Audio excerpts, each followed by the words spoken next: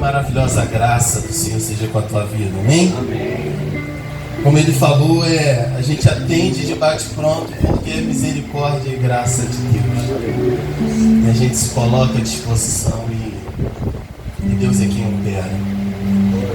Oramos aqui pela nossa irmã, que na terça vai passar por uma cirurgia, não é isso? E irmã Simone, a mesa pode ser até fria, mas Deus é poderoso. Sabe, é um momento onde realmente é Deus e a nossa vida, mas Deus é extremamente poderoso. Esses dias, fazendo um dever de casa com a Radassa, já vou entrar naquilo que Deus quer falar, que eu faço estudando ciências com ela e falava sobre os músculos voluntários e involuntários. Ela vai lembrar disso.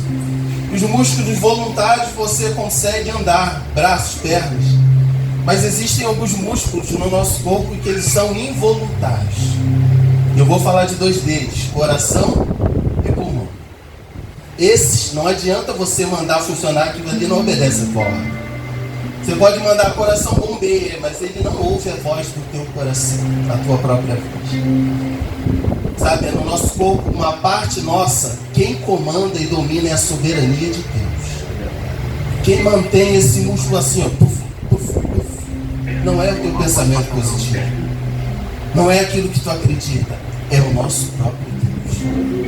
Por isso, a mesa é fria, mas Deus é poderoso. Eu queria colocar diante da igreja que também estivesse orando pela minha vida. Pelo que eu avaliei, ainda não fui ao médico, eu vou passar novamente por um processo cirúrgico. Algo que eu operei há 16 anos atrás e voltei que voltar à mesa fria. Passar novamente por essa experiência, mas a gente sabe que passa e passa com Deus. Então, eu acredito na oração do povo de Deus. Você crê na oração? Você crê nesse Deus que você serve? Então a gente passa, mas passa com Ele, pela fé. Amém? Abra a tua Bíblia, por favor. O primeiro livro de Samuel, o seu capítulo 18. Essa palavra começou a queimar muito ao meu coração depois que eu comecei a fazer um curso. Eu amo a área da filosofia, eu amo os pensamentos, eu gosto dos filósofos, daqueles que estão alinhados com Deus, daqueles que são desviados. E eu estou fazendo um curso sobre o que é a amizade. E Deus queimou muito ao meu coração sobre esse tema. E aí o diácono Fábio fez o convite. E eis-me aqui para falar com você sobre a amizade. Amém? E aí Deus me direcionou a vida de dois homens que se amaram e se amaram profundamente. Na tua mente, de repente, você está assim, peraí, não, eles se amaram profundamente em Deus.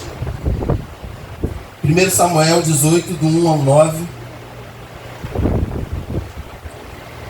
E o tema da palavra é irmãos de armas. Fala aí, vira pro teu irmão e fala assim, meu irmão de armas. Irmão de armas. E hoje eu tenho o privilégio de ter um irmão de armas aqui guerreando, não somente ministrando ali, mas guerreando o meu amado pastor, amém? 1 Samuel, capítulo 18, do 1 ao 9, amém? Vamos lá. Aqui tem como tema assim na minha Bíblia, inveja de Saul. A inveja de Saul. Depois dessa conversa de Davi com Saul, surgiu tão grande amizade entre Jonatas e Davi, que Jonatas tornou-se o seu melhor amigo. Daquele dia em diante, Saul manteve Davi consigo e não o deixou voltar à casa de seu pai. Versículo 3. E Jonatas fez um acordo com Davi, um pacto, uma aliança com Davi, pois se tornara o seu melhor amigo. Jonatas tirou o manto que estava vestindo e o deu a Davi com sua túnica e até a sua espada, seu arco e seu cinturão. Tudo o que Saul lhe ordenava fazer, Davi fazia com tanta habilidade, que Saul lhe deu um posto elevado no exército. Isso se agradou a todo o povo, bem como aos conselheiros de Saul. Quando os soldados voltavam para casa, depois que Davi matou o filisteu, as mulheres saíram de todos os cantos, com cânticos e danças, com tamborins, com músicas alegres e instrumentos de 3 cordas. As mulheres dançavam e cantavam. Saul matou milhares e Davi dezenas de milhares. Saul ficou muito irritado com esse refrão. Aborrecido disse: atribuíram a Davi dezenas de milhares, mas a mim apenas milhares. O que mais lhe falta senão reino? Daí em diante, Saul olhava com inveja para Davi. Amém? Podeis se sentar, meu querido. Aleluia. Meus irmãos, o tema da palavra é irmãos de armas. Eu estou numa batalha muito grande desde que eu entrei aqui nessa noite. Feliz por um lado, porque eu tenho dado muito valor à comunhão. Sabe, quando eu entro aqui é o meu fronte. Quando eu entro por essas portas, que eu saio da minha casa e chego a esta outra casa, aqui eu me sinto muito bem. Aqui eu me sinto protegido. Aqui eu me sinto guardado. Aqui eu sou amado por Deus e por aqueles que aqui congregam. E é muito bom entrar nesse lugar. Mas como introdução, eu preciso tocar num ponto da minha vida que eu venho percebendo o quanto isso ainda mexe comigo. O quanto que o pequeno testemunho que eu vou te dar aqui como introdução dessa palavra, que o tema é irmãos de armas, e a gente vai falar sobre amizade. O quanto que eu vou falar, eu coloquei uma proteção sobre esse meu sentimento e achei que isso não importava tanto na minha vida. Tenho percebido que importa sim. Sabe, irmãos, eu vim de um lar muito violento. Muito violento. E a gente está falando de amizade, se tem uma coisa que faltou nesse lar foi amizade. Eu venho de uma família muito desestruturada. Onde agressões físicas, verbais. Eu me lembro que a minha infância era indo no bar, puxando minha mãe para casa porque meu pai estava vindo, porque se ela não fosse, ele pau cantava. E eu me lembro de sobrar para mim muitas vezes porque eu me colocava entre um e outro. E foi uma vida muito difícil. E eu não tenho nenhuma referência. Se você falar assim, me fala um momento com o seu pai brincando, nenhum. Me fala um momento que você lembra com o seu pai passeando contigo, nenhum. Fala um momento do seu pai te ensinando o dever de casa, nenhum. E eu cresci, sabe, achando que isso não tinha tanta importância, porque na verdade você cria uma casca que você tem que lutar, você tem que ficar ali seu apoio dentro de casa. E no enterro do meu pai, depois que eu dei uma palavra, eu orei, meu pai já é falecido. O meu tio me contou uma história de que meu pai, aí eu vim entender por que meu pai era tão valentão, tão bravo. Por que ele agia tão duramente com a minha mãe? Não justifica, mas eu pude entender por que meu pai era tão forte. E ele me contou que naquela época as pessoas eram marcadas pelo objeto que vestia. Ele tinha uma jaqueta que no bairro dele ninguém tinha. Ele me emprestou essa jaqueta e todos conheciam o Djalma por causa daquela jaqueta que ele vestia. E aí o amigo que ele emprestou abusou de uma menina. E aí quando os investigadores foram procurar saber, definiram, e aí foram, meu pai, e não teve explicação, e quem foi para a cadeia foi meu pai. Tudo isso eu soube no dia, pertinho do caixão do meu pai. E aí dentro dessa cadeia tentaram abusar dele, ele agrediu com um soco. E aí tiveram que transferir para Bangu, mas dentro desse ponto um homem falou, esse homem é bom. E aí ele começou o processo dele. E aí vocês vão entender por que é que eu estou relatando isso. Se a gente for caminhar aqui em 1 Samuel 18:1, no versículo 1 vai falar assim, depois dessa conversa de Davi com Saul, vai surgir uma amizade muito forte entre Davi e Jonatas. Depois de uma conversa. Sabe, meu irmão, se essa conversa que eu tive aos pés do caixão do meu pai, ela tivesse acontecido há tantos anos. Se meu pai me tivesse chamado para conversar, se ele tivesse tirado a armadura e a capa e falado, senta aqui, meu filho. Senta aqui, minha esposa. Não justifico o que eu faço, mas você vai entender por que há tanta dureza no meu coração. Sabe, Davi está apontando algo para Saul e Jonatas está perto olhando. Através do relato de Davi, após ter matado Golias, que eu imagino que foi um relato assim, da experiência do urso, da experiência do leão, do trabalho dele sozinho no campo com as ovelhas, e ali Jonatas tem uma revelação tão grande, e ele ama Davi no seu coração e fala assim, esse vai ser meu amigo. E eu falei, poxa Senhor, por que meu pai não fez isso? Era uma coisa tão simples. Por que eu precisei saber no dia da sua morte?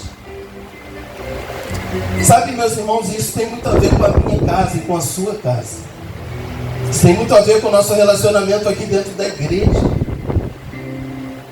Porque às vezes as barreiras que nós colocamos uns com os outros tem sido o impedimento de inúmeras alianças não acontecerem no nosso meio. Porque falta entrega. Está faltando a gente se permitir olhar nos olhos e trocar uma ideia. Começando com o capítulo 18, versículo 1, através de uma conversa. Jonatas se desarma e no seu coração escolhe um amigo e o ama até a morte. Sabe, isso é importante para os pais de famílias que aqui estão, para os chefes de família, para as donas de casa, aquelas que também são chefes de família, porque trabalham em casa, trabalham fora. Essa é uma palavra também para os filhos que aqui estão nessa noite. Sabe o que tem acontecido dentro da nossa casa, dentro da igreja? Nós estamos cheios de armaduras. Nós estamos muito inacessíveis. E essa dureza, às vezes, pode te levar ao testemunho que eu te falei do meu pai. E às vezes essa tua dureza vai deixar marca em quem está à sua volta. Eu passei anos e hoje isso está doendo. E eu falei, Senhor, por quê? Porque pelo simples fato de eu ser filho e querer um dia ter sido amado pelo meu pai. Sabe, eu venho trazer uma palavra nessa noite de reflexão mesmo. Sabe, no campo das ideias, no campo onde você precisa estar ruminando, olha, remoendo aquilo que Deus quer falar contigo aqui nessa noite. Porque o centro da palavra nessa noite é a amizade. Esse sentimento que é uma harmonia, uma união entre duas pessoas que decidem se entregar, isso não pode morrer. Você vai perceber ao longo da mensagem, se isso morrer dentro da tua casa, para onde vai caminhar a tua família? É bem certo, né, que existe essa situação da amizade, fica complicada quando vai para o campo do casamento. Porque uma das faces do amor é a amizade. O casamento, eu não quero falar especificamente só do casamento, porque o casamento precisa do filos, que é desse amor leal e da amizade, mas também precisa do eros, precisa pegar fogo, precisa arder. Então o casamento, ele destoa um pouquinho, mas ele também precisa de amizade. E Deus vai cutucar o nosso coração aqui nessa noite, porque Ele quer resgatar esse sentimento dentro da tua casa. Ele quer resgatar esse sentimento entre você, pai, e a sua filha, entre você, filho, e o seu pai, entre você, membro, e o seu pastor. Então Deus vai tratar muito isso no nosso coração. Então uma conversa se estabelece, uma linda amizade. Conselho inicial para essa noite: volte a dialogar para ontem, volte a interagir para ontem. Tira a capa. Sabe qual é o nosso problema? A gente tem dificuldade, eu estou falando mais daqueles que detêm posição de hierarquia, pai, mãe, pastor, liderança. Sabe por que a gente tem dificuldade com a amizade? Porque a gente está ouvindo lá fora que quando você dá demais as pessoas se confundem. E eu não vejo Cristo doando e os seus confundindo a amizade com Cristo. Então que isso não seja barreira dentro da tua casa. Você vai ser confrontado a tirar a armadura. Você pai, você mãe, você filho, você filha. Amém? Então o centro da nossa mensagem hoje é a amizade. E eu falei que nós somos irmãos de armas. Esse é um termo que Sófocles, um filósofo, usava. E ele é oriundo de Platão. Muitos já devem ter ouvido vagamente Platão, Sócrates, Aristóteles, são filósofos. E ele vai falar que a amizade se parece com os irmãos de armas. E o que são irmãos de armas, Wesley? São soldados que se unem para defender uma causa, um território ou atacar o inimigo. Sabe, Deus falou assim: filho, vocês dentro de casa precisam ser soldados de armas. Ei, você, pai, mãe, filho, e você, diácono, obreiro, intercessor, nós precisamos levar isso para o coração, que devemos ser irmãos de armas. Entender que temos uma causa, que é glorificar a Cristo. Temos um objetivo, que é ir para o céu, e um só inimigo. É importante que eu defina isso com você.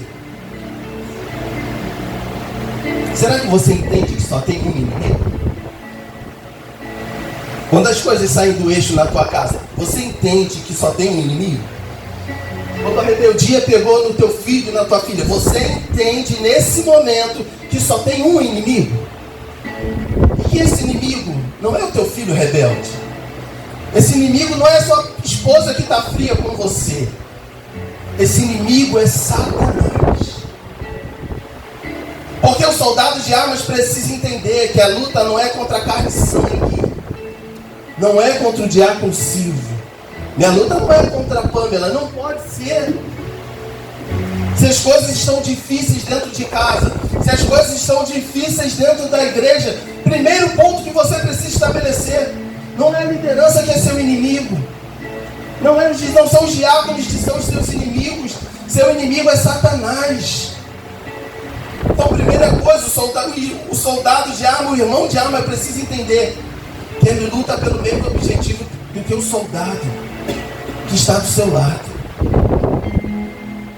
Então nós temos um só inimigo. E o primeiro ponto é: se a gente vai falar de amizade, como ela nasce? Ela precisa vir à tona, sair daquilo que não está aparente para explodir e se materializar em alguma coisa. Então a amizade vai nascer como 1 Samuel 18:1, conversando, interagindo e baixando a guarda. Sabe, talvez você não goste do que vai ser falado aqui, mas talvez esteja na hora de você, pai, baixar a guarda. Talvez precise entender que Deus já está dando um basta, não é na força do nosso braço. E falar para você que não é na força do teu braço, não estou dizendo ir contra a hierarquia. Toda casa precisa de hierarquia. Toda estrutura precisa de hierarquia. Precisa ter alguém que manda. A igreja só é igreja porque ela existe uma hierarquia. Deus é soberano sobre tudo e sobre todos. Ainda existe uma polícia nas ruas porque ainda tem hierarquia. Existe uma força que cuida da nossa soberania no Brasil, que são as Forças Armadas, só estão de pé por causa da hierarquia. Não deve haver nenhuma organização sem hierarquia. Então você precisa entender que não é isso que vai bagunçar a hierarquia dentro da sua casa. Você continua sendo pai. Você continua sendo mãe. Mesmo quando baixar a guarda. Mas para isso a gente vai precisar confiar em Deus. Talvez seja aí o momento das maiores crises nas famílias hoje. Tirar a capa de super-homem e chamar para perto. Sabe, eu tenho experimentado uma fase muito linda com a minha filha. E eu estou falando de tudo. De coisas íntimas, de tudo que você sabe. É um momento muito gostoso. Ela me faz perguntas, eu respondo com a maior naturalidade. Se tem uma coisa que é um dos meus objetivos e propósito, até Deus continuar soprando vida das minhas narinas, vai ter muita coisa minha impregnada nessa menina. Muita. Eu posso não ter tido nada, mas ela vai ter. Eu não vou perder para Satanás. Vai ter muito de Deus sobre a vida dela. Isso precisa ser o sentimento do teu coração, meu irmão. Você é filho. Precisa também se desarmar e olhar para quem teu pai é e tua mãe é em Cristo. E procurar se encharcar daquilo que eles são. Então aqui é uma palavra que pega filho, pega pai e vai pegar todos nós. Então um ponto. Baixa a guarda. Baixa a guarda. Leva para caminhar na ciclovia. Abre o coração. Tira a dureza. E eu tenho uma pergunta. Isso funciona na sua casa? Como é que está a interação lá? E aí? Sabe, eu estou brigando no trabalho. Eu tenho até pedindo direção. Eu estou numa guerra com essa questão de mãe e pai de pet. Sabe, eu não estou contra o amor ao animal, mas quando você coloca num nível que passa do limite e dá para o bicho aquilo que você não faz o mínimo para o ser humano, isso é complicado. E a gente está vivendo dias assim, de pessoas fechadas para o teu outro semelhante, mas aberto para o animal, a ponto de manter uma casa com ar-condicionado o dia inteiro para o bichinho. Mas não dá um prato de comida. Não vai visitar um ente teu querido no hospital, mas para o bichinho se dá tudo. Meus irmãos, que coisa esquisita nós estamos vivendo hoje. Está tudo invertido. Misericórdia. E aí, funciona na sua casa? Eu te pergunto, você aqui dentro, está funcionando isso? Estamos falando de nascimento de amizade. Como é que você está? Está resistente demais? Fechado demais? Durão demais? Como é que você está? Está durona aí? Inflexível, não se mexe? Foi magoado, foi ferido? Aí chega neste lugar. Como é que você está o teu coração? Eu quero lembrar que nós somos irmãos de armas. Aqui ninguém briga com ninguém. Nós temos um objetivo. Se é para sair na mão, a gente sai na mão do Satanás. Sobre a unção e o poder de Deus. Não somos uns contra os outros. Deus não nos chamou para vivermos nos pegando. A palavra antiga, se engalfiando. Não, Deus nos chamou para outra coisa. Então foi por causa de palavras que Jonatas se abre para Davi. Sabe, nós ouvimos uma aula aqui de palavras sobre conversa ou fofoca. Sabe, se você chegar aqui nesse lugar com o teu coração aberto, eu tenho a plena certeza que você pode edificar alguém ou sair daqui tremendamente edificado. Isso aqui e também dentro da sua casa. É possível Então, meus irmãos, uma grande amizade vem nascer do diálogo.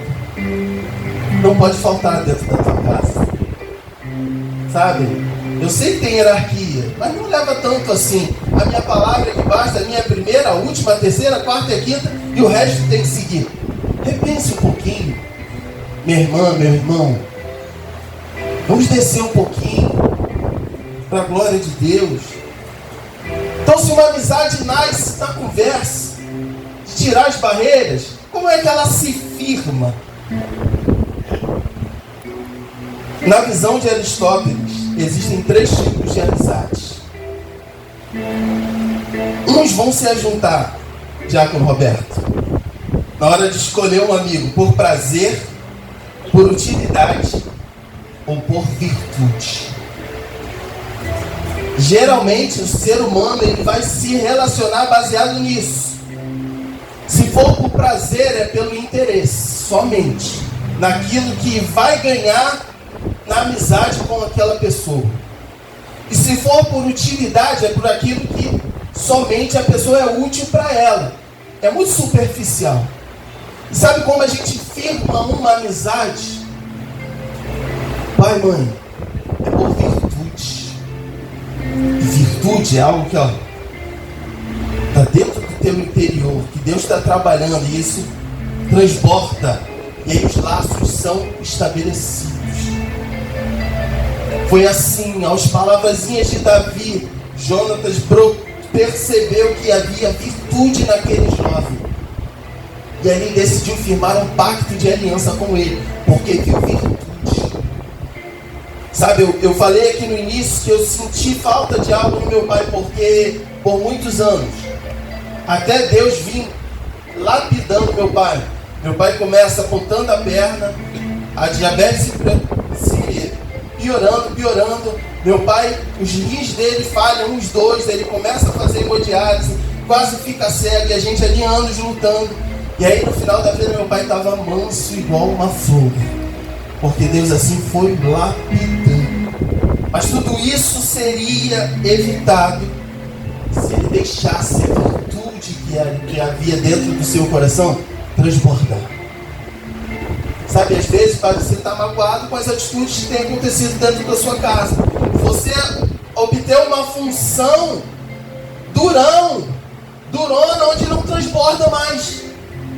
E aqui é um sinal de perigo. Se você parou de transbordar, se você parou de ser fonte dentro de casa e aqui neste lugar, na igreja, você está trazendo desgaste para a sua vida e para outros. Se você decidir parar de ser fonte e parar de ser bênção, Satanás entra. Ele entra no meio da nossa família, ele entra na igreja querendo fazer gracinha. Em vez de ter um povo junto, tem um povo separado.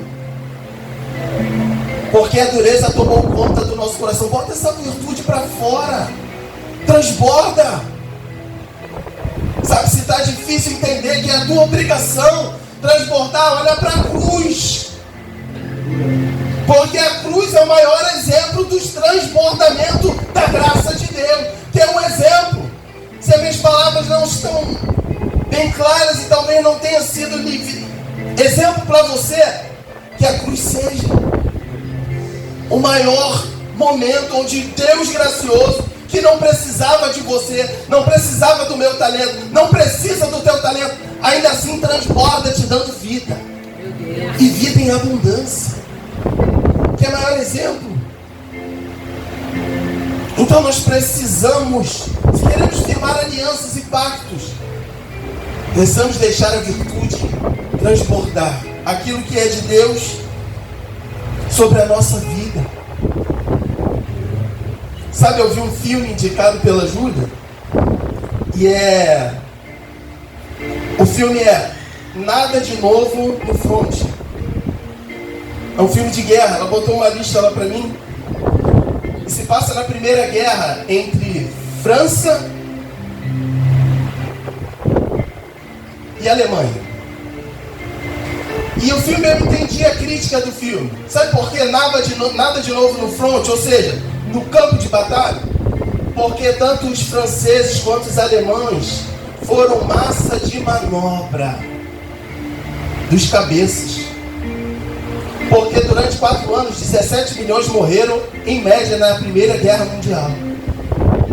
E o que é que isso tem a ver com a palavra? É porque às vezes você é durão porque já foi ferido. Você é durão, você é durona porque já foi explorado.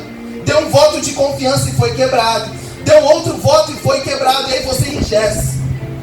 Decide ser duro para todo mundo. Foi o que aconteceu no front. Sabe por que nada dá de novo no front? Porque se não fosse a dureza e a vaidade do coração dos cabeças da guerra, não morreriam quase 18 milhões de pessoas na Primeira Guerra Mundial. Por isso que é nada de novo. Mas eu quero te falar que a igreja tem falha, mas ela ainda é um lugar que se estabelece diferente.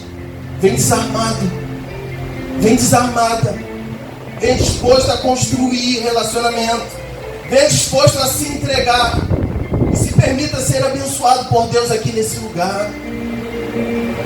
E da mesma forma eu quero estender esse convite para a sua casa. Se permita. E agora eu quero falar mais de um ponto que a gente pegou como nasce, como se firma. Agora a gente vai ver como que as amizades são fundamentadas. Dá uma olhadinha para a tua Bíblia aí, 1 Samuel 18:3. E Jonatas fez um acordo de amizade com Davi, pois se tornara seu melhor. Então as amizades se fundamentam com pacto. Com você se dispondo. Sabe o que é se dispor? É se permitir abandonar os traumas do teu passado. Se em Cristo eu não me dispor de abandonar os meus traumas, minha filha vai ter a mesma impressão que eu tenho até hoje. Ah, meu irmão, não importa que com teu pai a tua vida foi assim. Você em Cristo precisa estabelecer um outro nível de relacionamento. Não é porque talvez tenha sido abusado ou abusado que você vai fazer a mesma coisa. E como é que um pai ou uma mãe abusa?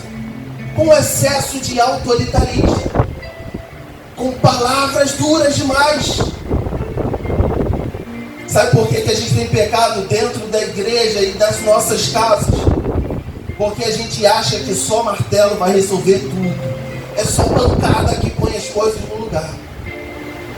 Sabe o que eu tenho aprendido com um livro chamado Pastoreando o Coração da Criança? É que a gente tem que entrar no centro do coração dos pequenos. A hierarquia é a vara. Mas existem 2 maneiras de corrigir. É com a vara e apelando para a alma. E o maior momento onde você consegue tirar o teu filho da rebeldia do pecado para a presença e para a firmeza é apelando para a alma. É pedindo a Deus uma palavra que toque tão profundamente que ele por si só consiga refletir. Não estou abolindo a vara, ela é útil. Os sociólogos vão falar que não, e tem psicólogo. É útil sim. Com medida e equilíbrio é útil sim. Mas sabe o que os pais da nossa geração falaram? Foi só vara de goiabeira, não tinha diálogo nem conversa. Resolve até um ponto. A varada te põe no lugar, mas não trata o pecado do coração. Não trata. Quem resolve o pecado do coração é o sangue de Cristo Jesus. Então a correção tem que andar junta. Vara e pregação para o coração pecador. Esses dias conversando em casa eu falei, olha, essa atitude é pecado. Por que isso? Porque a gente precisa se dispor. Então talvez abaixa um pouquinho a vara e vai pedir para o joelho uma palavra de Deus para o coração da tua casa. Uma palavra do coração, de repente tu está com uma dificuldade com o irmão aqui dentro. E eu estou falando para você que você tem uma dificuldade com o irmão, mas Deus está mandando você se dispor com ele. Deus está mandando você doar. Jonatas, olha o que acontece aqui. 1 Samuel 18:3. Quem é o príncipe ali da história? Tem Saul, que é o rei. Davi e Jonatas. Quem é o príncipe? Quem é o príncipe? Jonatas. A igreja está certinha. Eu ia fazer bem, se vocês errassem, falassem que é Davi. O príncipe é Jonatas. E quem se desarma? O príncipe.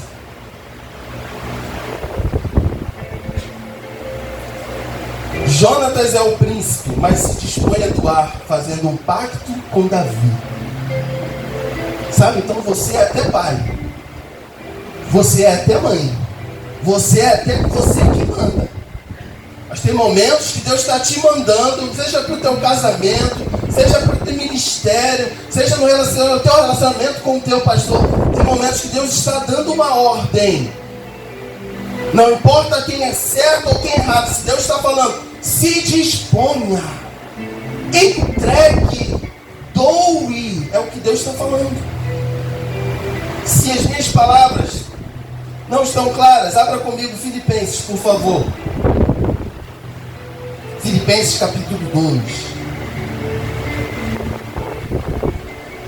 2, versos 5. Se você achar Gálatas, você acha Efésios, Filipenses, aí a gente acha Gálatas e anda para frente, e a gente acha Filipenses. Filipenses capítulo 2, dos versos 5 ao verso 9, amém? Olha só, algumas versões vão falar assim, seja o pensamento, mas a melhor tradução é essa, seja a atitude de vocês a mesma de Cristo Jesus, que embora sendo Deus, não considerou ser igual a Deus. Presta atenção nisso, em nome de Jesus. Era algo que devia apegar-se. 7. Mas esvaziou-se a si mesmo, vindo a ser servo, tornando-se semelhante aos homens. Encontrado em forma humana, humilhou-se a si mesmo e foi obediente até a morte, e morte de até aqui. Isso aqui queimou muito meu coração em casa. Porque talvez sejamos as pessoas que mais se apegam ao que atrapalha aquilo que Deus quer fazer. Talvez sejamos pais, sejamos mães, sejamos servos, liderança, que mais estamos apegados àquilo que está atrapalhando a Deus. E a gente se acha na razão. Está apegado à tua certeza porque é o que você crê, e ponto, e não larga. Só que se você olhar o que a gente acabou de ler, embora sendo Deus, não usurpou ser igual a Deus. Mas era algo que deveria pegar-se. Sabe o que Paulo está falando? Era lícito Cristo se apegar a todas as suas prerrogativas de Deus de toda a glória. Mas ele não se apega. Se ele não se apega, por que eu e você nos apegamos? Ele não se apegou tanto que em vez de exaltação escolheu humilhação. Em vez de ser exaltado na terra com toda a sua glória, escolheu o caminho mais difícil, do soco na cara, da cusparada. Que história é essa, com todo respeito? Da gente se apegar àquilo que está travando o que Deus quer fazer na minha e na tua vida. Está travando. Ou a gente para, ou Deus trata de uma maneira mais doída, meus irmãos. A única coisa que você deve se apegar é o sangue de Cristo e a vontade que Ele tem para a tua vida. Ah, mas eu não abro mão, as coisas aqui são assim. Muda. Vai ficar apegado a isso até quando? Você não precisa abrir, reforçando o que eu acabei de dizer. João 17,5 diz assim, e agora, Pai, a oração que Jesus faz, e agora, Pai, glorifica-me junto a Ti, com a glória que eu tinha contigo antes que o mundo existisse. Eu fiquei em casa pensando nessa tarde, eu falei, Senhor, que glória foi essa? Sabe o que Jesus está falando assim? Eu quero de volta. Cumprir a tua obra. Sabe o que Jesus está falando? Eu desci quando foi para descer, meu Pai. Eu me humilhei até a forma de servo. Agora, me dá a glória que eu tinha contigo antes de tudo ser criado. Sabe, isso deveria mexer com a nossa família. Eu deveria levar essa palavra e o quadro lá ser muito diferente do que está sendo. Sim, eu pensei dessa forma há 42 anos, mas a palavra me convenceu e a partir de hoje eu estou largando as armas. Palavra de autoridade é uma coisa.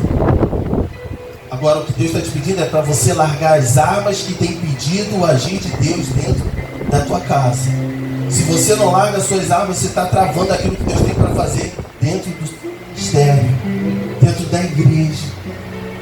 Sabe, o pastor, ele falou algo que eu remoí a tarde toda, fiquei remoendo. O pastor falou assim ali dentro: as estruturas estão prontas, lembram, pastor? Mas falta a maturidade do material humano. Primeira coisa que internamente eu falei para mim mesmo, falei: Senhor, o que está pegando em mim? Quando ele fala que a estrutura do que Deus vai fazer aqui nesse lugar está pronta, e o que falta é a estrutura humana progredir, a gente tem que botar a barba de molho. Porque talvez eu e você estejamos travados em algum processo que já era para a gente ter superado. Talvez essa dureza está travando o amadurecimento que Deus quer fazer. Sabe, talvez Deus quer te levar, jovem, a coisas grandes. Mas você é sempre inflexível dentro de casa, como é que Deus vai fazer na tua vida assim? Não vai. Sabe o que acontece? Isso é uma palavra mais para os jovens. Talvez sejamos um povo que somos muito bravos, jovens são muito bravos dentro de casa. Sabe por quê? A juventude é braba dentro de casa. Porque nada que eles fizerem vai mudar o nível da relação que é. Sabe, braveza nenhuma não muda. Amor de mãe é amor de mãe. Você dá piti, bate o pé, mas dá pai é pai. Agora marido, a morte leva, já não é mais. Namorado deixa de ser. Então por isso que há um povo que é muito tranquilinho lá fora com as amizades, com os amiguinhos, mas dentro de casa são os bravos. São autoritários. Que sabe que o laço é tão forte que acham que o pai vai ser obrigado a engolir tudo. E não é assim. Não é assim. Se é tranquilão lá fora, tem que ser tranquilão dentro de casa também. Se baixa a guarda lá, tem que baixar a guarda dentro de casa também. Sabe, estudando essa área filosófica, eu percebi que os bebês são denominados por necessidade. Por isso que não pode passar a hora da mamada que eles berram. Tem que ser regradinho. Se eles estiverem com a barriguinha vazia, eles logo berram. Porque o que define esses serizinhos tão lindos nessa fase é necessidade. Eles olham para a mãe em necessidade. Seja não é o peito, é a mamadeira. Uma coisa é os bebês que vão amadurecer e crescer. Mas se você é jovem de 18, 19, 15, 16, aí não, né? Aí não dá para ver nos pais só a figura onde você vai matar todas as suas necessidades, onde eles têm que, porque têm que cumprir todos os caprichos do seu coração. Não dá. Você não é mais um bebezinho ou uma bebezinha. Amém? Então olha, 3 níveis de amizade: por prazer, por utilidade e por virtude. E eu falei que Jonatas, mesmo sendo o príncipe, desceu. Agora eu estou caminhando para o fim. E a gente precisa avançar um pouquinho na questão da amizade. A amizade precisa buscar o bem. Você quer estabelecer amizade com teus pais, aqui na igreja, sabe como é bom. Tem pessoas que só são minhas amigas hoje porque houve uma abertura da minha parte, ela também se abriu, e eu tenho carinho por muitos aqui. Muito forte, por muitos. E aqui em 1 Samuel 18, no versículo 4, acontece uma coisa assim extraordinária. Jonatas, ele entrega algo para Davi, e isso marcou muito o meu coração. Acompanha comigo aí, 1 Samuel 18,4 diz assim: Jonatas tirou o manto que estava vestindo e deu a Davi, com sua túnica, até sua espada, seu arco e o seu cinturão. Que lindo isso! Porque toda vestimenta de guerra ele tira e dá para o seu amigo. Primeira coisa que se aplica à nossa vida. Ele constrói relacionamento, Silva, afirmando uma coisa: eu construo uma relação contigo porque eu sei que você não vai me ferir. O príncipe abre mão das suas prerrogativas, tira a capa, tira cinturão, tira a espada, tira a arco, entrega para Davi, selando o pacto. Isso é importante para mim e para a tua vida, porque talvez a gente esteja se ferindo muito. Talvez Deus precise ainda de um relacionamento melhor. Está muito bom, mas Deus quer melhorar mais ainda esse relacionamento. Então, na doação, Jonatas fala assim: Davi, você não vai me ferir. E aí a gente precisa aplicar isso na igreja. Sabe, está na hora de você entregar aquilo que talvez você possa vir o outro abrir mão e entregar essas armas. Talvez você precisa sair daqui e tomar uma atitude, ir para casa e pensar: olha, eu preciso fazer uma aliança com essa casa, com a liderança dessa igreja. Preciso expor que eu tenho muitas defesas. Eu sou arrogante porque eu tenho medo de ser machucado. Eu sou muito tímido e às vezes parece que eu sou antipático porque eu tenho medo de me relacionar. E a gente precisa isso levar para o campo familiar também. Larga as armas. Larga as armas. Sabe que as armas que ele deixa e dá para Davi é a primeira, o manto ou a armadura. Sabe o que Jonatas está dizendo para Davi quando ele entrega o manto ou a armadura? Eu te cubro, Davi, com a minha amizade.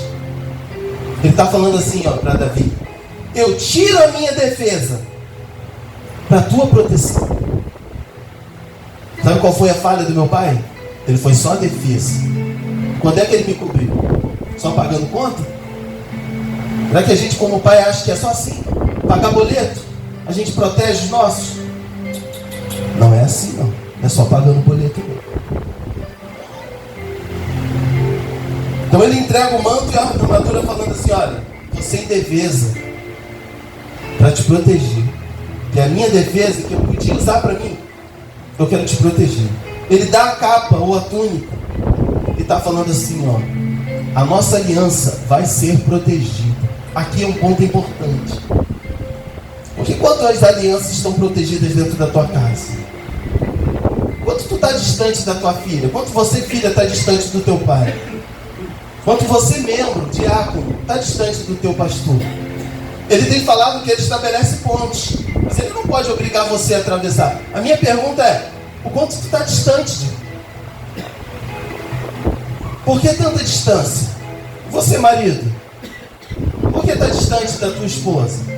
Por que o carinho morreu nessa relação? O que está pegando, gente? O que está esquisito com a nossa família? Por que estamos tão estranhos uns com os outros? Porque estamos no fronte de batalha e não é mais o inimigo. Satanás é o nosso inimigo. É o marido que é o inimigo da mulher. É o pai que é o inimigo da filha ou do filho. O que está acontecendo conosco, gente? Ele também entrega a espada. Quando ele entrega a espada para Davi, ele está falando assim: olha, me desarmei. Estou pronto para me relacionar. Ele deu o instrumento de guerra em prol da paz. Então entrega a tua dureza em prol da paz. Entrega a tua timidez em prol da paz, com a vontade que Deus quer para você aqui nesse lugar. Ele dá um instrumento que era de ataque para selar a paz. E ele está dizendo uma coisa assim muito linda para Davi: eu não faço guerra contra você. Mais uma vez, talvez você está falando assim, poxa, não é para mim.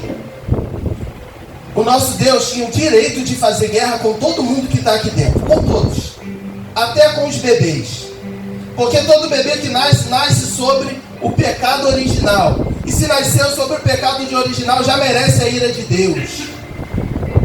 Mas em vez de despejar a sua ira, alguém sobe a cruz e fala assim, ó, despeja sobre mim a ira que é para os teus filhos.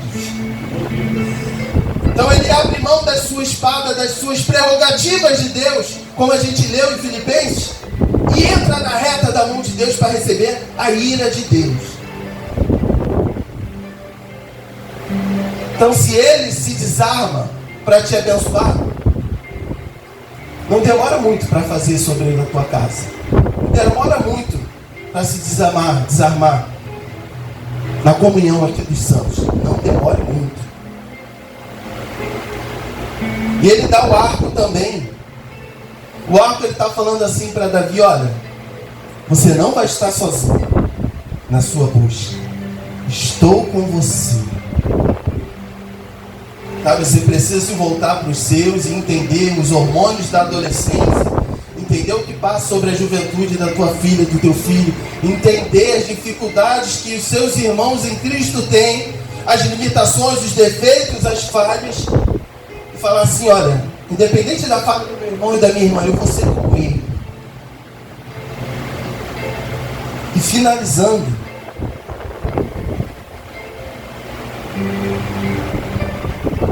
lá em 1 Samuel, não precisa abrir, 1 Samuel 23, sabe o que Jonatas vai fazer? Ele vai falar assim, ó, ele está vendo Saul perseguindo Davi, ele vai falar assim, olha, você vai ser o rei de Israel, e eu vou ser o teu segundo.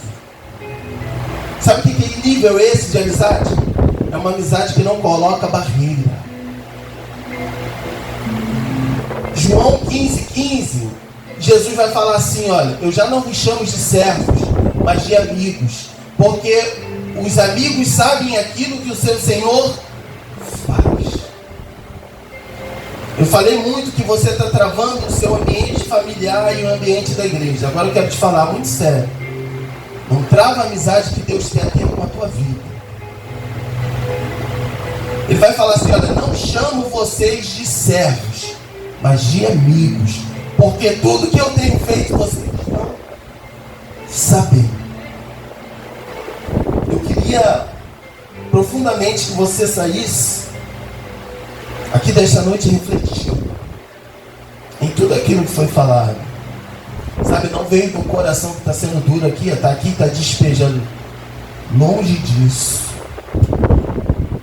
Mas é fruto de um coração que tem sido confrontado demais a melhorar como pessoa, melhorar como pai, a olhar para minha esposa e não ver só uma pessoa onde eu tenho que acabar com todas as minhas necessidades, porque os homens precisam tomar cuidado com isso. Sabe, nossos filhos não têm que satisfazer tudo aquilo que a gente acha em nosso coração, não.